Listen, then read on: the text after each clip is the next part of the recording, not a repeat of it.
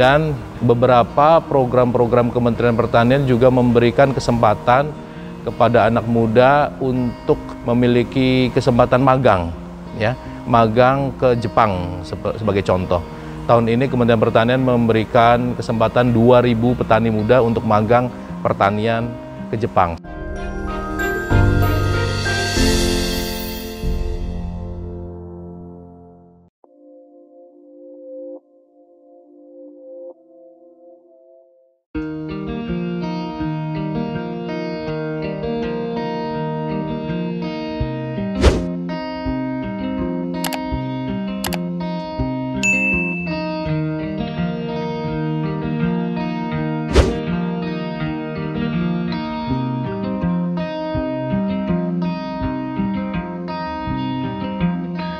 Halo sahabat tani, salam jaga tani.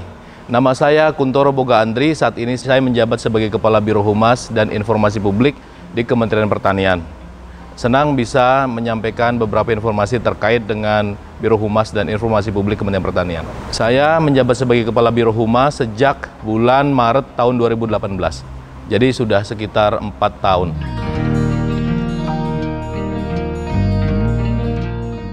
Saat ini kita berada di Gedung Pusat Informasi Agribisnis atau Gedung PIA Kementerian Pertanian. Ini adalah gedung dari teman-teman Humas dan Pengelolaan Informasi Publik Kementerian Pertanian.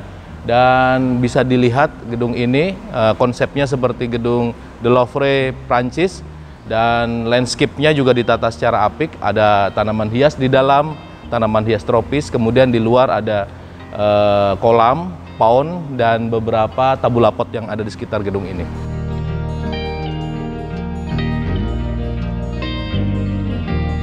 Di dalam gedung ini ada perpustakaan untuk umum yang dimiliki oleh Sekjen Kementerian Pertanian. Kemudian ada studio TV Tani, ada manajemen dari production house TV Tani. Kemudian ada teman-teman Humas yang berkantor di gedung ini, dan ada koordinator untuk hubungan antar lembaga Kementerian Pertanian. Kementerian Pertanian memang tetap fokus kepada usaha peningkatan produksi komoditas pertanian. Jadi ada beberapa program unggulan, salah satunya tentu peningkatan produksi pertanian melalui ekstensifikasi dan intensifikasi tanaman pangan, tanaman hortikultura dan perkebunan. Kemudian ada juga kegiatan-kegiatan terkait diversifikasi pangan, kemudian kegiatan pekarangan rumah lestari, jadi memproduksi buah-buahan, sayur, dan tanaman pangan di sekitar pekarangan. Kemudian ada kegiatan modernisasi pertanian, kemudian ada juga kegiatan peningkatan ekspor dan peningkatan nilai tambah, dan termasuk di dalamnya juga bagaimana menarik generasi muda untuk terjun ke sektor pertanian.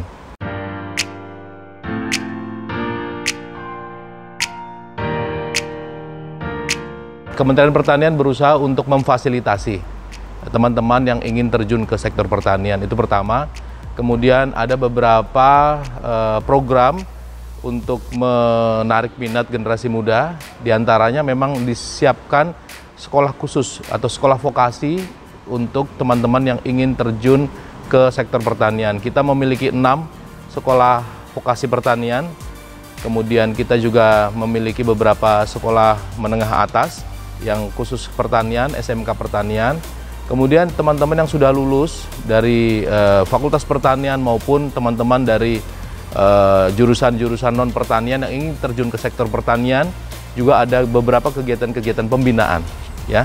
Kegiatan pembinaan untuk menarik minat generasi muda terjun ke pertanian. Termasuk ada beberapa komunitas-komunitas yang disupport oleh Kementerian Pertanian melalui Badan Penyuluhan dan Pengembangan Sumber Daya Manusia Pertanian Kementerian Pertanian.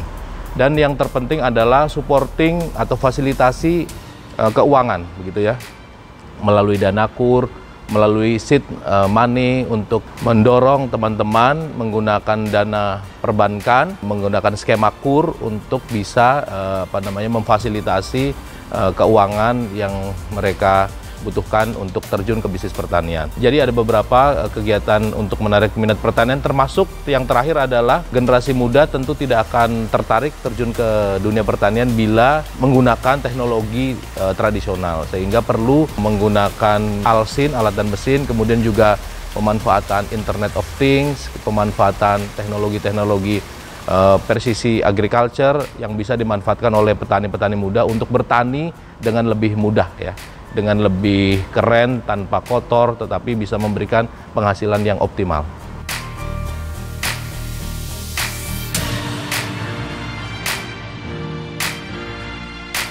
Teknologi pertanian kita memiliki alat dan mesin, traktor misalkan, ya kita memiliki autonomous traktor, kita memiliki drone pertanian, kita memiliki alat untuk mendeteksi cuaca, kemudian kita memiliki piranti yang bisa mendeteksi kebutuhan unsur hara dan air begitu ya, tanaman, dan bisa di remote begitu, kemudian bisa dikontrol dari jarak jauh. Itu alat dan mesin pertanian. Yang terpenting juga kita memiliki varietas-varietas unggul baru yang diproduksi oleh Badan Litbang Kementerian Pertanian, baik itu tanaman pangan, sayuran, buah-buahan, termasuk juga tanaman perkebunan. Jadi komoditas-komoditas yang dihasilkan oleh Badan Litbang itu juga sebagai produk-produk unggulan karena produktivitasnya lebih tinggi, begitu ya. Dan beberapa program-program Kementerian Pertanian juga memberikan kesempatan kepada anak muda untuk memiliki kesempatan magang, ya, magang ke Jepang sebagai contoh. Tahun ini Kementerian Pertanian memberikan kesempatan 2.000 petani muda untuk magang pertanian ke Jepang selama 2-3 tahun seperti itu. Jadi itu beberapa fasilitas yang diberikan atau termasuk teknologi yang disiapkan oleh kami untuk bisa menarik anak muda terjun ke sektor pertanian.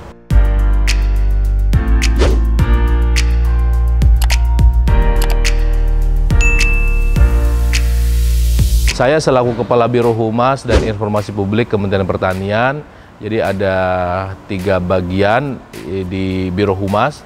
Yang pertama adalah tentu humas sendiri, hubungan masyarakat, termasuk bagaimana berkomunikasi dengan media massa, media elektronik, media cetak, begitu kan. Kemudian yang kedua ada protokoler. Di situ ada protokol menteri, kementerian, kemudian hubungan antar lembaga. Dan yang ketiga adalah pengelolaan informasi publik. Di dalamnya termasuk informasi publik dan dokumentasi dan kegiatan-kegiatan pameran dan perpustakaan ada di situ. Jadi saya mengelola 3 bagian yang cukup dinamis begitu ya, humas, protokol, dan pengelola informasi publik di Kementerian Pertanian. Ya, suka dukanya kegiatannya sangat dinamis. Kegiatan humas mungkin membutuhkan banyak komunikasi dengan media, banyak harus berkomunikasi dengan para wartawan, mengikuti kegiatan menteri ke lapangan juga untuk menghandle wartawan dan peliputan. Protokoler suka dukanya stick kepada jadwal menteri, bagaimana kegiatan-kegiatan menteri setiap hari, setiap kunjungan kerja di kantor maupun hubungan antar lembaga, misalkan dengan LSM, dengan organisasi massa, dengan ormas-ormas yang terkait dengan sektor pertanian, termasuk juga dengan lembaga pemerintah resmi yang ada di Indonesia seperti DPR dan kementerian lembaga lain. Dan yang terakhir, kami memiliki juga pejabat pengelola informasi publik di Kementerian Pertanian yang beberapa tahun terakhir PPD Kementerian Pertanian juga menjadi PPD terbaik di antara kementerian dan lembaga yang ada di Indonesia. 2 tahun terakhir ini PPD Kementan meraih peringkat pertama sebagai PPD terbaik.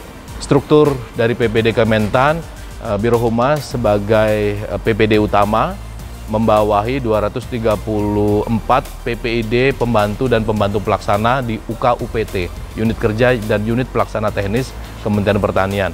Jadi pejabat pengelola informasi ada di unit kerja dan unit pelaksana teknis, dikoordinir oleh PPD utama yang ada di Biro Humas. Jadi itu dalam rangka untuk memperderas informasi kepada publik, atau kami sebut sebagai transparansi atau keterbukaan informasi publik. Itu yang kami kelola. Sebagai Kepala Biro Humas, tentu kita paham bahwa fungsi wartawan sangat penting. Mereka menjadi mata, menjadi telinga, menjadi informan lah untuk kita kepada masyarakat dan masyarakat kepada kita, memberikan feedback atas kerja dan informasi yang ada di masyarakat. Kami menghargai wartawan sebagai salah satu pilar demokrasi, perlu memberikan masukan, kritik, dan saran kepada sektor pertanian termasuk Kementerian Pertanian di dalamnya. Kami memahami pekerjaan wartawan sebagai sebuah profesi yang sangat menarik, dinamis, tetapi memang perlu pemahaman dari para wartawan terkait dengan kondisi sektor pertanian, program-program sektor pertanian secara utuh, termasuk masalah-masalah yang melatar belakangi sebuah isu, yang melatar belakangi kenapa sebuah permasalahan atau kondisi terjadi. Jadi memang sektor pertanian itu bukan hanya diurusi oleh Kementerian Pertanian saja, tetapi sangat dipengaruhi oleh lingkungan strategis, kondisi sosial politik, dan turut serta juga peranan masyarakat di dalamnya mempengaruhi sektor yang kita kita anggap sebagai salah satu sektor yang sangat strategis dan sangat penting di Indonesia, karena sektor pertanian ini mempengaruhi hajat hidup orang banyak sebagai sumber mata pencarian utama masyarakat Indonesia. Ada sekitar 34 juta petani di Indonesia, 273 juta yang harus disediakan pangannya dari sektor ini. Kemudian juga produksi domestik bruto atau PDB, sektor pertanian juga masih menempati peringkat kedua PDB untuk ekonomi Indonesia. Dan yang tidak kalah pentingnya, sektor pertanian ini juga sebagai sektor atau sumber penghasil devisa untuk negara kita. Dan termasuk peningkatannya sangat signifikan dalam beberapa tahun terakhir dari ekspor yang berasal dari sektor pertanian ini. Jadi sangat luar biasa sektor ini, perlu kita jaga bersama-sama, termasuk oleh wartawan, termasuk oleh teman-teman yang bekerja di dunia jurnalistik, termasuk teman-teman yang ada di dunia media sosial, untuk memahami sektor ini secara utuh begitu, bukan parsial.